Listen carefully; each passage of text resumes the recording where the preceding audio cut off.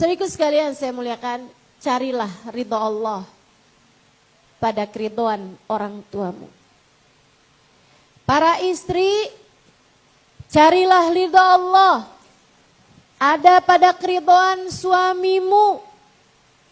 Sebab Allah Subhanahu wa taala menjadikan kunci surga seorang istri bagaimanapun ada pada diri suaminya.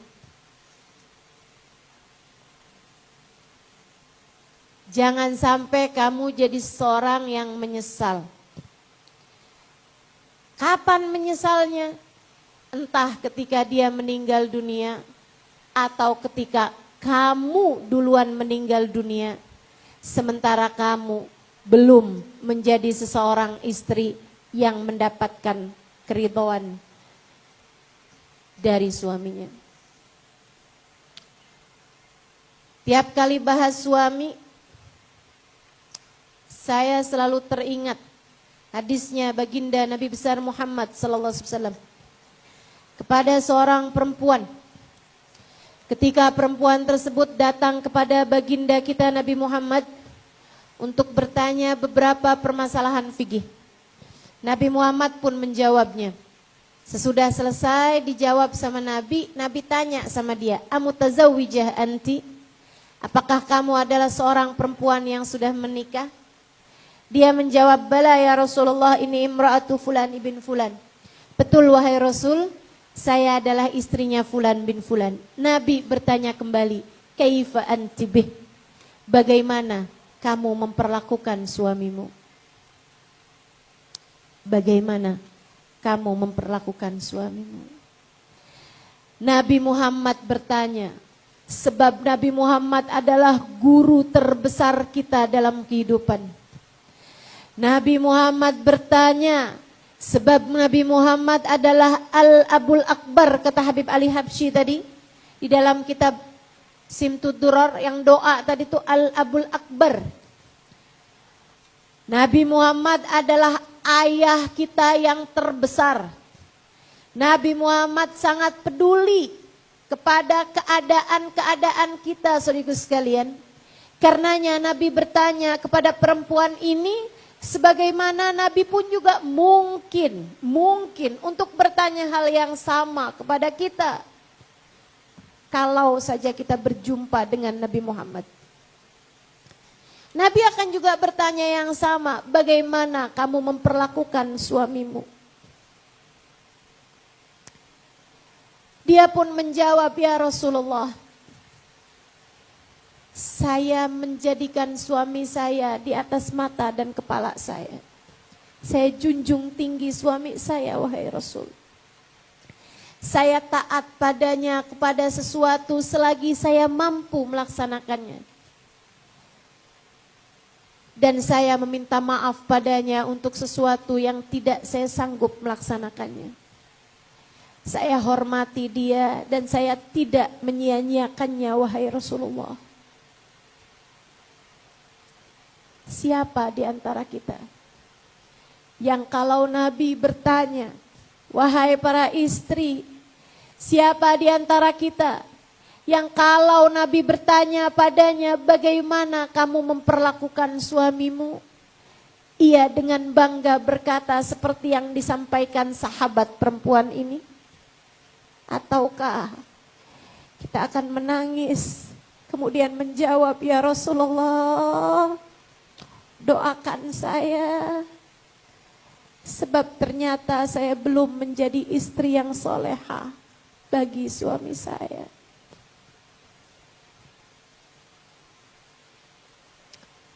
Saudaraku sekalian, ketika dia menjawab seperti itu, Nabi tersenyum lebar sekali. Nabi senang, Nabi bangga sama umatnya yang perempuan dan dia solehah kepada suaminya. Nabi nggak tanya, suami kamu kayak gimana sama kamu? Enggak. Nabi nggak nanya. Dan kamu pun juga dapat membayangkan hal yang sama. Kamu jangan berpikir bahwa kalau saya ketemu sama Nabi, saya bisa mengadukan suami saya kepada Nabi. Nabi tidak akan bertanya tentang bagaimana suamimu padamu. Nabi hanya akan bertanya, bagaimana kamu memperlakukan suamimu. Nabi akan bertanya kepada kaum laki-laki, bagaimana kamu memperlakukan istrimu. Akan tetapi Nabi kepadamu hanya akan bertanya, bagaimana kamu memperlakukan suamimu. Sebab kita tidak akan dihisab atas apa yang orang lain lakukan terhadap kita. Kita hanya akan dimintai pertanggungjawaban atas bagaimana sikap kita kepada orang lain. Sehingga sekalian, Nabi tersenyum bangga kepada umatnya, istri yang soleha. Nabi tersenyum bahagia kepada umatnya yang perempuan, yang mampu memposisikan posisi yang Allah letakkan dia di sana sebagai caranya untuk mendapatkan ridha Allah Subhanahu wa taala. Nabi pun berkata padanya, "Fanduri ilaih fa innama huwa jannatuki wa naruki." Perhatikan betul bagaimana caramu memperlakukan suamimu, sebab ia adalah jalan surga bagimu ketika kamu memuliakannya, dan jalan neraka bagimu ketika kamu menyia-nyiakan dan merendahkan dia. Para istri, suamimu adalah jalan surgamu. Hati-hati, perhatikan bagaimana caramu memperlakukan suamimu. Jangan biarkan kata-kata kasar keluar dari lisanmu. Untukmu yang ingin di akhirat berjumpa dengan Nabi Muhammad, dan Nabi Muhammad ridho kepadamu. Untukmu yang di hari akhirat ingin berjumpa dengan Sayyidah Fatimah, ingin berjumpa dengan Sayyidah Khadijah, ingin berjumpa dengan Sayyidah Aisyah. Mereka perempuan-perempuan salehah adalah perempuan yang selalu membahagiakan suaminya, memperlakukan suaminya dengan penuh rasa hormat, rasa cinta. Kalau kamu durhaka pada suami, kalau kamu kerjaannya marah-marah mulu sama suami, kalau kamu selalu merendahkan dia, menganggap dia seperti tidak becus dalam menjadi seorang suami, kalau kamu selalu menghina-hina dia, bagaimana mungkin kamu akan layak untuk bersanding, untuk berada di belakang perempuan-perempuan solehah di hari akhirat nanti.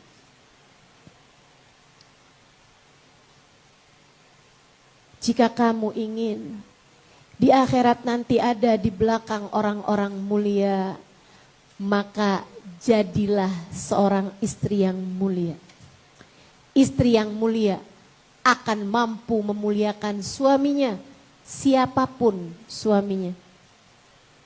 Sementara seorang perempuan yang hina akan selalu menghina suaminya, siapapun suaminya. Mari belajar untuk menjadi seorang istri yang soleha, agar kita selalu berada dalam jalan ridha Allah Subhanahu wa ta'ala, agar kita meraih ridha Allah Subhanahu wa ta'ala, agar kita mendapatkan pandangan kasih sayang dari Allah Subhanahu wa ta'ala. Ustazah udah terlanjur, saya sering sekali nyakitin hati suami. Soalnya suami saya tuh juga nggak soleh-soleh banget juga Ustazah.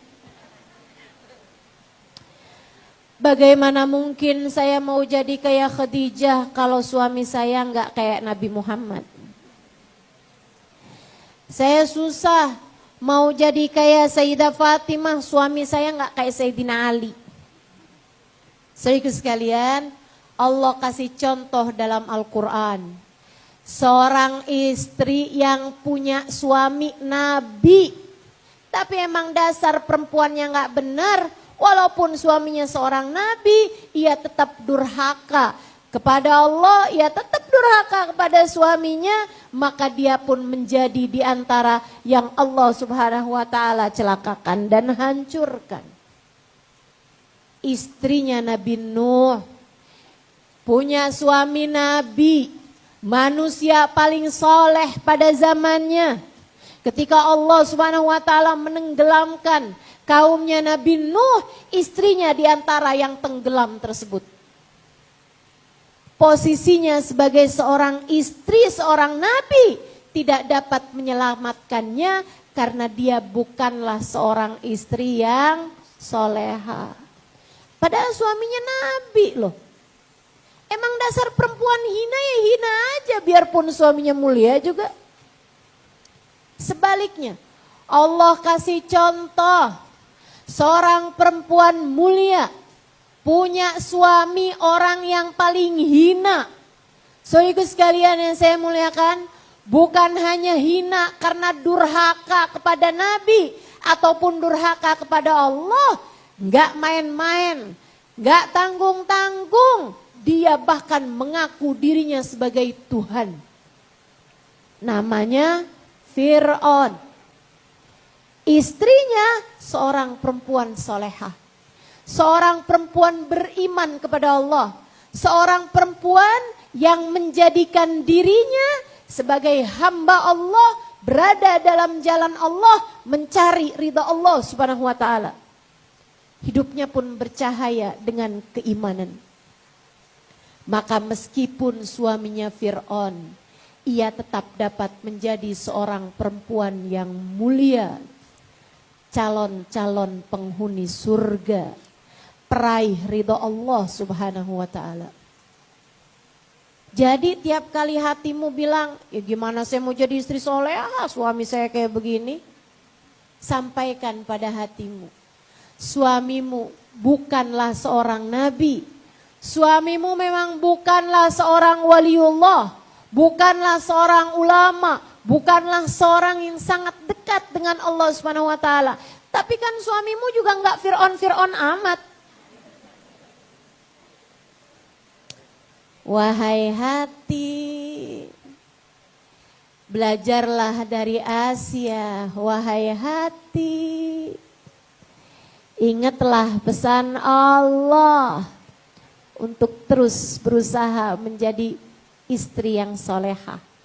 Siapapun suamimu itu, insya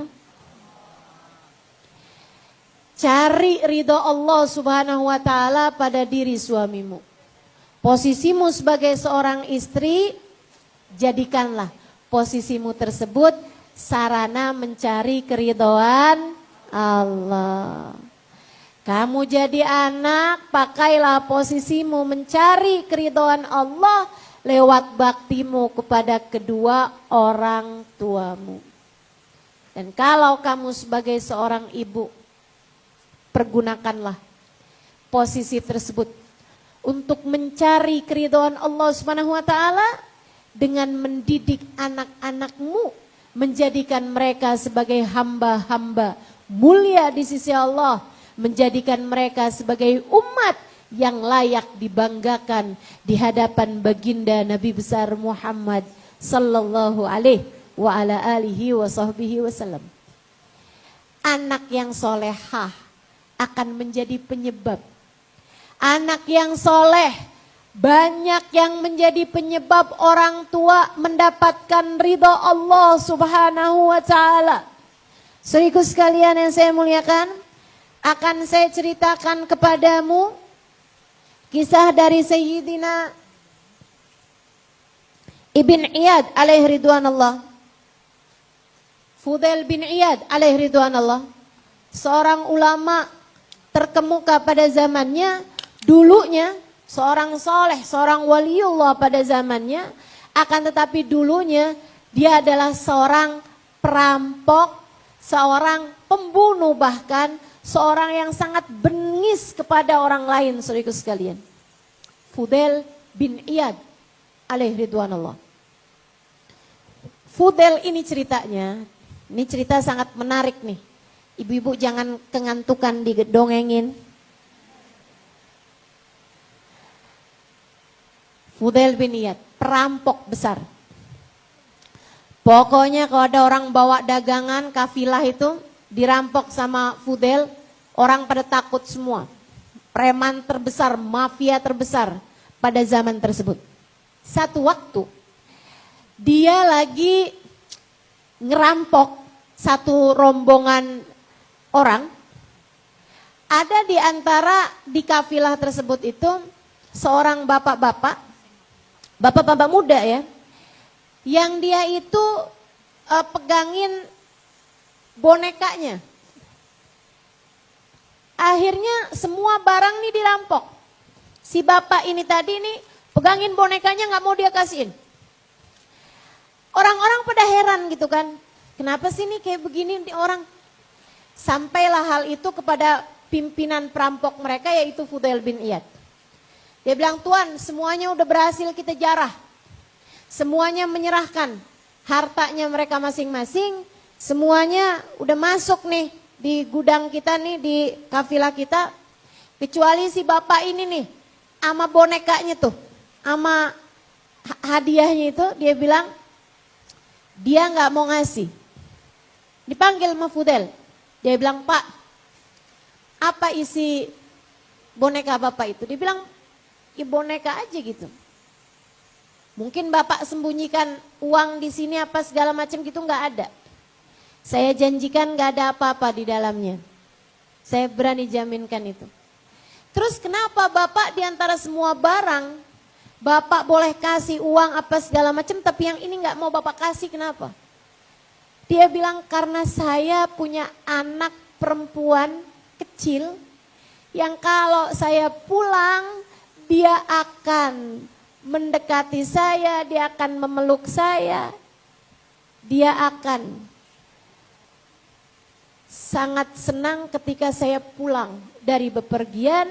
Karenanya setiap kali saya pulang, saya akan bawakan hadiah, ikut kepada hadisnya baginda Nabi besar Muhammad SAW. Fudail nanya, emang Nabi ada ngomong apa, Pak? Nabi Muhammad bilang, jangan pulang ke rumah kecuali bawa hadiah untuk anak-anakmu. Dan kalau kamu punya anak laki-laki dan perempuan, dahulukanlah anak perempuan mendapatkan hadiahnya.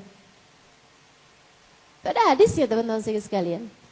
Allah tuh emang cintanya sama kaum perempuan tuh dari mulai kecil luar biasa. Dan karena juga Allah tahu, Nabi Muhammad tahu perempuan itu kan bawa perasaan ya. Bahkan dari kecil udah baper gitu kan. Terbawa perasaan. Fudail bin Iyad bilang, oh baik kalau begitu. Gimana nih Tuan, kita ambil gak bonekanya? Gak usah, biarin. Kesian bapak ini nanti ketemu sama anaknya. Udah biarin aja. Kasih pulang bapak ini. Dia pun memperkenankan bapak tersebut pulang. Fudail kepikiran sama hadis itu tadi. Bagus juga ya. Maka Fudail pun nyari perempuan cantik di kampungnya. Dipaksa buat nikah sama dia. Sampai perempuan tersebut hamil, nikah bener ini ya. Nikah bener, karena dia pengen punya anaknya juga anak bener gitu. Maksudnya bukan zina gitu kan. Dia nikah benar, habis itu kemudian sampai si perempuan tersebut hamil, sampai melahirkan. Ternyata benar melahirkan perempuan. Fudail senang sekali. Habis anaknya melahirkan, kemudian menyusui, istrinya kemudian dia bilang, kamu boleh pilih, mau tetap jadi istri saya atau kamu mau saya ceraikan, saya kasih kepada kamu uang semuanya gitu. Yang penting jangan bawa anak saya. Saya pengen punya anak perempuan. Buat dia mengerjakan hadisnya Nabi Muhammad. Kalau pulang dari bepergian bawa hadiah. Dari semua perintah-perintah Allah dia tinggalkan. Hanya satu aja yang dia pegang, yaitu menyayangi seorang anak perempuan. Perempuan tersebut istrinya kemudian pergi meninggalkan dia. Yang gak betah juga ya punya suami preman. Dia pun tinggal bersama dengan anaknya. Dari sejak anaknya umur 2 tahunan, udah ibunya selesai menyusui, dia selalu bersama dengan anaknya. Dia pergi merampok kemana. Akan tetapi yang dibayangkan selalu adalah putrinya. Maka dia pun pulang ke rumahnya, dia akan pelukin putrinya, dia akan ciumin putrinya, dia akan sayangi putrinya. Dia berusaha mencurahkan semua kasih sayang yang dia punya kepada putrinya. Fudel tidak pernah tahu. Setiap kali Fudel pergi nih ketika anaknya umur 5 tahun, 6 tahun, yang di dalam rumah ada kayak semacam pembantu di dalam rumah yang mengurusi anaknya tersebut itu mengajarkan kepada anak perempuan, ini anak perempuannya Fudel, caranya sholat, caranya baca Quran, sampai anak perempuannya Fudel bin Iyad. Walaupun bapaknya seorang perampok hebat, akan tetapi anaknya sholat, Quran, sholawatan sama Nabi Muhammad sallallahu alaihi wasallam. Setiap hari sang anak enggak pernah tinggal sholat. Meskipun bapaknya adalah seorang yang seperti itu sampai satu waktu. Saudaraku sekalian yang saya muliakan, ketika anak tersebut berusia 9-10 tahunan, anak ini jatuh sakit. Fudel waktu itu tidak sedang dalam pekerjaannya, dia ada di rumah menjaga anaknya sampai kemudian anaknya meninggal dunia. Fudel putus asa. Ia menghujat Allah SWT. Ya Allah, saya tak pernah punya seorang yang saya cintai. Saya hanya cinta kepada anak saya dan sudah saya laksanakan. Ya Allah, apa yang kau minta kepada saya, kepada anak saya. Mengapa engkau mengambil anak saya ya Allah? Fudel pun kembali tenggelam dalam minum-minuman keras.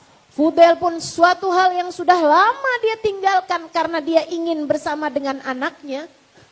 Anaknya meninggal dunia. Fudel mabuk-mabukan, Fudel habis-habisan. Bahkan ia pun tak makan, bahkan ia pun tak peduli dengan kesehatannya sampai satu waktu. Ketika Fudel sedang tertidur, sesudah lama dia mabuk, dia tertidur, teman-teman saya sekalian, dia bermimpi. Seolah-olah Atan mengejar dia. Atan itu ular yang sangat besar. Mengejar dia gitu. Fudel pun lari-lari dalam mimpinya itu menghindari Atan ini tadi. Habisnya Fudel lari-lari, dia pun terus aja melewati hutan-hutan, lembah-lembah menghindari ular yang sangat besar hendak menerkam dia ini. Sampai kemudian di jarak yang sudah dekat dengan ular itu, tiba-tiba dia melihat sebuah jurang. Fudel pun kebingungan antara dia tenggelam ke jurang ataukah dia diterkam oleh ular. Saat itu dia melihat putrinya. Putrinya berkata, "Ayah, tahukah ayah ular itu apa?" "Apa nak?" "Ular itu adalah dosa-dosa ayah. Yang esok atau lusa akan segera menerkammu. Jika engkau wahai ayah tidak segera bertaubat kepada Allah SWT. Ayah, tahukah ayah apa jurang itu?" "Apa itu nak?" "Itu adalah jurang kematian ya. Ayah dapat kapan waktu aja tenggelam di dalam jurang tersebut, tergelincir dalam jurang tersebut dan ayah pun meninggal dunia. Ya, kalau tidak sekarang kapan lagi? Ayah, ayolah ya, taubat sama Allah ya. Taubat sama Allah ya, saya sayang sama ayah. Dan saya tahu ayah sangat menyayangi saya." Dia kemudian bercerita kepada ayahnya, ayah tahu dalam Quran Allah bilang, A'udzubillahi minasyaitonirrajim. Alam ya'ni lilladzina amanu an takhsha'a qulubuhum lidzikrillahi wa ma nazzala minal haq.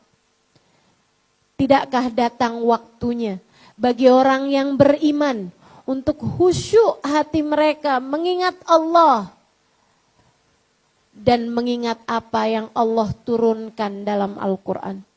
Ayah, sudah tiba waktumu untuk segera kembali ke jalan Allah.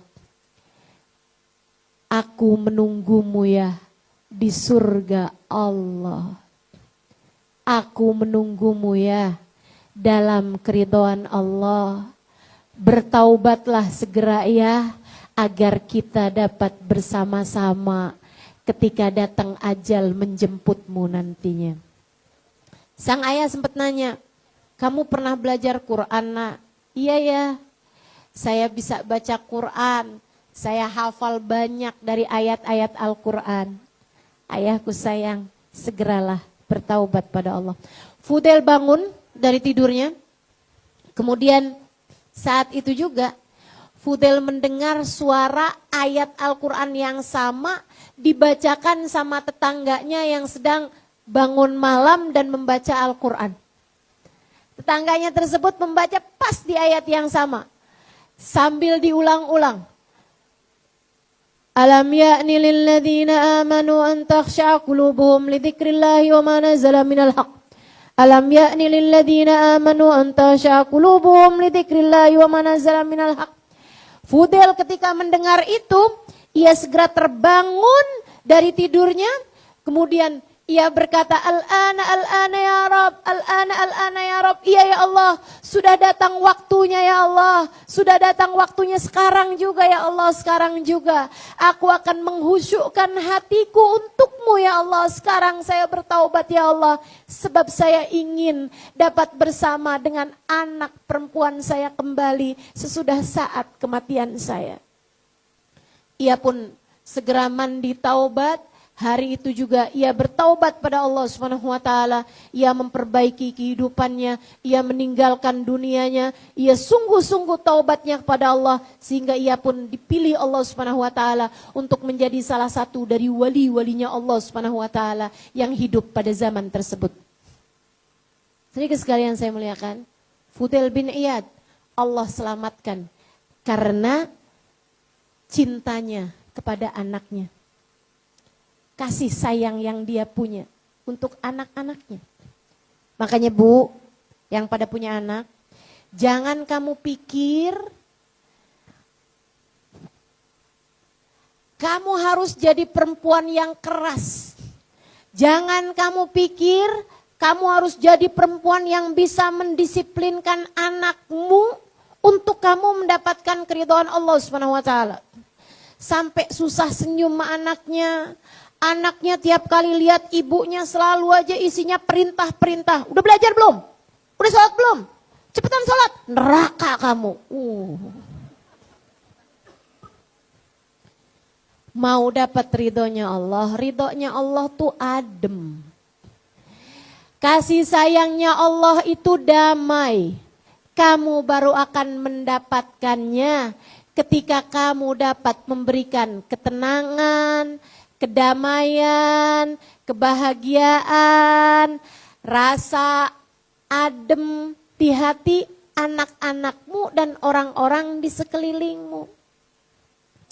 Yuk, belajar buat jadi seorang perempuan yang dapat menyayangi anak-anaknya dengan cara yang terbaik. Jangan mau jadi ibu yang ditakuti sama anak. Jangan. Jadilah ibu yang disayangi sama anak. Hatimu tuh pakai buat menyayangi anak-anakmu. Man la yarham la yurham. Siapa yang gak sayang sama anaknya, maka dia pun tidak akan disayang Allah Subhanahu wa taala. Sayangi, dekap, peluk, sampaikan padanya, nak, kamu adalah hadiah terindah yang Allah berikan dalam hidup mama. Kamu adalah hadiah paling indah yang Allah berikan dalam kehidupan ibumu ini. Terima kasih ya nak. Terima kasih telah menyayangi ibu. Kita akan saling sayang hingga semoga kita dapat bersama dalam surga Allah Ta'ala. Yuk belajar sayangin anak biar kita dapat ridhonya Allah. Yang terakhir, jadi yang pertama tadi saya ulangi, pengen dapat ridhonya Allah. Ridhonya Allah ada pada jalan taat kepada perintahnya dan jalan meninggalkan maksiat darinya. Kita nggak pernah tahu ridho Allah letakkan di mana. Maka jangan remehkan kebaikan sekecil apapun. Siapa tahu ada ridho Allah di dalamnya. Ambil setiap peluang kebaikan. Yang kedua, kalau kamu pengen dapat ridhonya Allah SWT, posisimu maksimalkan. Para istri, carilah ridho Allah pada diri suamimu. Segenap anak yang masih pada punya orang tua, carilah keridhaan Allah pada baktimu kepada kedua orang tuamu. Para ibu, carilah ridha Allah ada pada kasih sayangmu kepada diri anak-anakmu. Siapapun kita punya saudara, kakak, adik yang baik sama siapapun, yang baik sama semuanya. Allah cinta sama hamba-hambanya yang punya banyak kasih sayang dalam hatinya. Mudah-mudahan kita pun diridhoi dan disayangi Allah SWT karenanya insya-Allah. Kemudian yang terakhir, teman-teman sekalian, kalau kamu mau nyari ridhonya Allah SWT, ada pada keridhoanmu dalam setiap takdir yang Allah SWT berikan padamu. Man radiya falahur ridha wa man sakhita falahu sukhط. Siapa yang ridho dengan keputusan-keputusan Allah, Allah pun ridho padanya. Siapa yang marah-marah, protes mulu, menghujat-hujat Allah atas buruknya takdir yang dia alami, jangan salahkan siapa-siapa jika Allah pun tidak ridho padanya. Siapa yang ridho kepada Allah, Allah ridho padanya. Siapa